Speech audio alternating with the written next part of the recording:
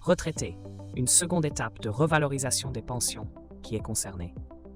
La réforme des retraites de 2023 a été beaucoup critiquée ces dernières années.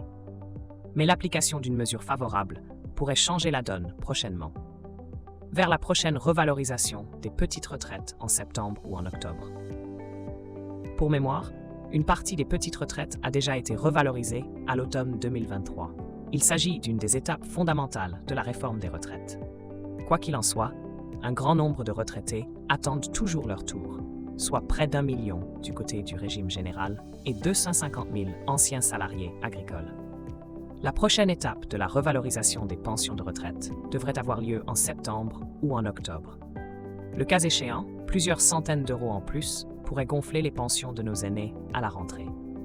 D'après la formule de l'ancienne première ministre Elisabeth Borne, cette revalorisation concerne ceux qui ont cotisé toute leur vie avec des revenus autour du SMIC. En contrepartie du recul de l'âge de départ à 64 ans, la majoration peut s'élever jusqu'à 100 € brut par mois.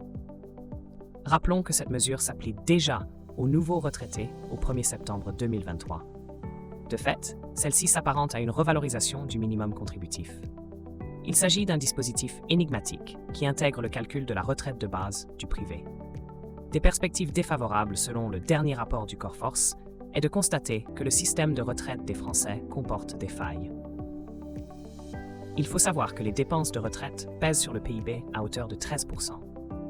La preuve qu'il s'agissait bel et bien du premier poste de dépenses publiques du pays. Pour redresser les comptes publics, il faut d'abord rééquilibrer le système des retraites. Les déficits sont toujours omniprésents. D'après le dernier rapport annuel du Conseil d'orientation des retraites, COOR, les perspectives ne sont pas favorables. Il suggère en effet un aggravement du déficit du système de retraite jusqu'en 2072. Dans le détail, le déficit officiel atteindra moins 5,4 milliards d'euros à compter de 2024. En moyenne, celui-ci sera de moins 0,5 points de PIB sur 25 ans pour finalement s'établir à moins 0,8 points de PIB. En chiffres, cela représente 471 milliards d'euros de dettes cumulées d'ici 2050 et plus de 1000 milliards d'euros d'ici 2069. Zoom sur les principales pistes creusées par le CSF.